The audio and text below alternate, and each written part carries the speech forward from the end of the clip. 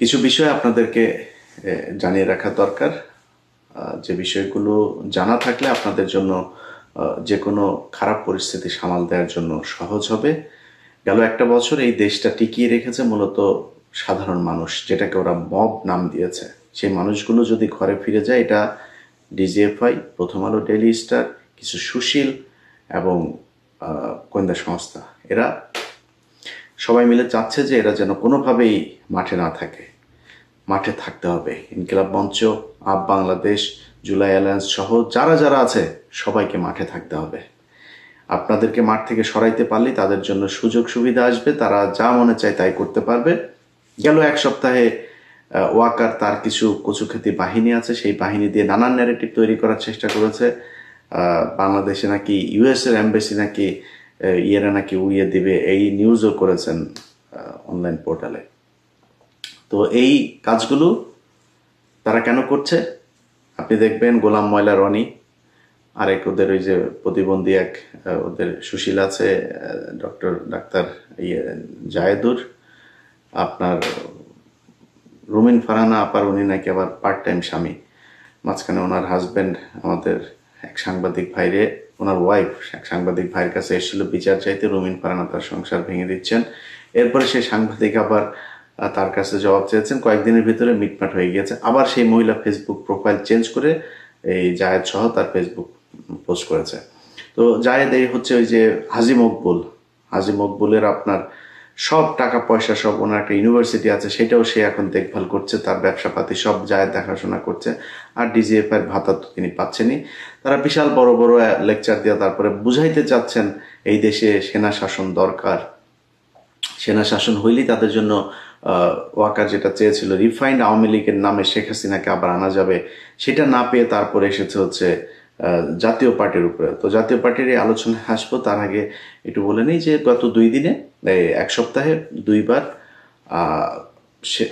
ওয়াকার ক্ষমতা নেওয়ার চেষ্টা করেছে। আমি এই কথাগুলো কেন বলছি, কারণ এটা এই শেখ হাসিনা ধরেন গেল 15 বছর, আমি যদি শেষ 1 মাসের কথা ধরি, আপনাদের মনে আছে 19 বা 18 তারিখে আমি একটা ভিডিও করেছিলাম, বা 20 তারিখে, যখন ব্ল্যাক আউট চলছিল, যে শেখ হাসিনা পালিয়েছে।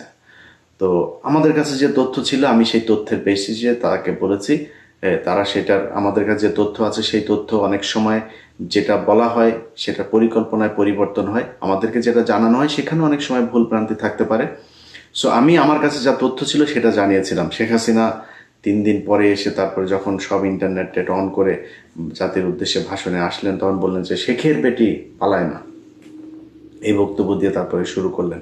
তো পালিয়েছেই তো, যে পালানোর কথা তাকে আগে থেকে পরামর্শ দেওয়া হচ্ছিল সেটা সে শোনে নাই, শেষ পর্যন্ত 5 তারিখে যেতে বাধ্য হয়েছে, এভাবেই তিনি পালিয়েছেন।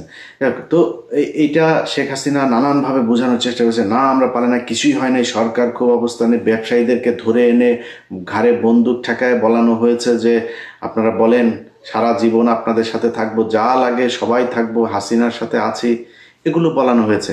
বলিয়া আসলে একটা বেলুন ফুলানো হয়েছে, সেটার হাওয়া যাওয়ার পরে এটার মধ্যে আর কিছুই নাই। সো আমি সেটা চাই না, আমি চাই এই জুলাই যুদ্ধে আসল যোদ্ধা যারা, তাদেরকে মাঠে থাকতে হবে। ওয়াকার শুধুমাত্র ডক্টর ইউনূসের সাথে পেরে উঠছে না, কারণ হলো ডক্টর ইউনূসের সাথে পুরো পশ্চিমা বিশ্ব তাকে সমর্থন দিচ্ছে, এটার কারণে সে পারছে না। কিন্তু আপনাদেরকে একটা জিনিস মাথায় রাখতে হবে, এই ওয়াকার শেখ হাসিনার মনোনীত একজন ওয়াকার। এই পৃথিবীতে এমন বিপ্লব কখনো হয় নাই যে শেখ হাসিনা রেখে যাওয়া, এই আপনার ফ্যাসিস্টে রেখে যাওয়া রাষ্ট্রপতি আছে, ফ্যাসিস্টে রেখে যাওয়া সচিবরা আছে, এখনো পর্যন্ত সেনাপ্রধান আছে, এই দুইটা মানে রাষ্ট্রপ্রধান আর সেনাপ্রধান, এইটা রাষ্ট্রপতি আর সেনাপ্রধান, এইটা পৃথিবীর ইতিহাসে নেভার হ্যাপেন্ড। এটা এটা সম্ভবই না, কখনোই হয় নাই, কখনো হবেও না, একমাত্র বাংলাদেশে হয়েছে। এইটার ক্ষেত্রে বিএনপি বাধা দিয়েছে। চুপ্পু না থাকলে ইউনূস সারা জীবন ক্ষমতায় থাকবে, বিএনপিকে ক্ষমতায় আনবে না। জাতীয় পার্টিকে এখন বিএনপি সরাবে না, কারণ জাতীয় পার্টি সরে গেলে একদিন তাদেরকেও নিষিদ্ধ করে দেবে, এই ইয়েতে তারপরে তারা হচ্ছে না। তো বিএনপি বিশাল রাজনৈতিক দল, বিএনপির বুঝ বিএনপির, এদিকে জামাত পিআর নিয়ে নানা নিয়ে, জানি না, আমার জীবনে ভাই নাম শুনি নাই পিআর টিআর, সেই দাবি জামাত কেন আনছেন জানি না। আওয়ামী লীগকে নিয়ে মোটামুটি টানা হেঁচড়া শুরু করে দিয়েছেন, কে কার দলে কত পরিমাণে লোক নেবে। অতএব এই দুই রাজনৈতিক দলের বাইরে বাংলাদেশে মানুষ আছে, তাদেরকে এক থাকতে হবে, তাদেরকে সব সময় এই রাষ্ট্রের অতন্দ্র প্রহরী হিসাবে থাকতে হবে। আপনারা দেখেন যে আওয়ামী লীগের লোকজন, তারা এখন তাদের যেই কেবলা শরীফ, এই যে দিল্লিতে আছেন, দিল্লিতে বসে সারাদিন ফেন্সিডিল খান, মাঝে মধ্যে সোনাগাজীতে যান, গার্লফ্রেন্ড টার্লফ্রেন্ড বউটো সব তো এখানে আছে। এখন তো ছাত্রদল যুবদলের ভাইয়েরা তাদেরকে গনিমতের মাল হিসাবে ভোগ করছেন। তো ওইখানে যায় ফ্রাস্ট্রেশনে ফেন্সিডিল খায় আর মাঝে মধ্যে যৌন চাহিদা মিটাইতে সোনাগাজীতে যান। আর কি করবেন সারাদিন ফোনে। আমার ফেসবুকে ধরেন 1 লাখ, এই 2 মিলিয়নের কাছাকাছি ফলোয়ার আছে।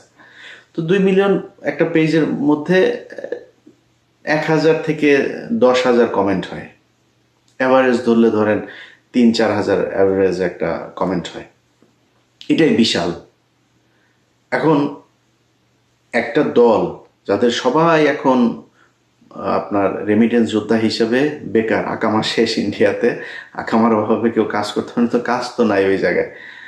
ওখানে যায় যা কিছু টাকা পয়সা এদিক থেকে পাঠায়, এগুলো নিয়ে নিয়ে ওখানে বসে বসে খায় আর সারাদিন ফেসবুকে থাকে। কখন ওদের নানান জাতির পিতা, একবার ট্রাম্প জাতির পিতা হয়, ওদের একবার ওয়াকার হয় জাতির আব্বা, এক এক সময় এক একজন জাতির আব্বা, সেই জাতির আব্বাদের দিকে তাকায় থাকে নমন ইয়ে টিয়ে মন্দিরে গিয়ে পূজা টুজা দিতে থাকে যে আব্বা তাড়াতাড়ি আম্মা মাগো দে, কিছু একটা দে, কিছুই হয় না। তো এইভাবে ওরা সারাদিন চালায়। ওরা ফেসবুকে ব্যাপক অ্যাক্টিভ এখন। এতদিন ওরা লুটপাট করেছে, এখন অন্য দল যারা আছেন তারা লুটপাট করছেন। তাদের এখন সোশ্যাল মিডিয়াতে অত দরকার নেই, এখন ওদের দরকার। ওরা সারাক্ষণ, আমরা কিন্তু ওই যখন কিনা হাসিনা ছিল সারাদিন সোশ্যাল মিডিয়াতে খোঁজ নিতাম কি হচ্ছে না হচ্ছে, অপেক্ষায় থাকতাম কখন হাসিনা যাবে। এখন ওরা ওইটা করে, এটা দোষের কিছু না, করতে থাকেন। ওরা অনেক সময় বলে থাকে কিরে একটু, এই যে আজকের ভিডিওতে অনেকে ওদের লোকজন এসে কেন কিরে ভয় পাইছিস?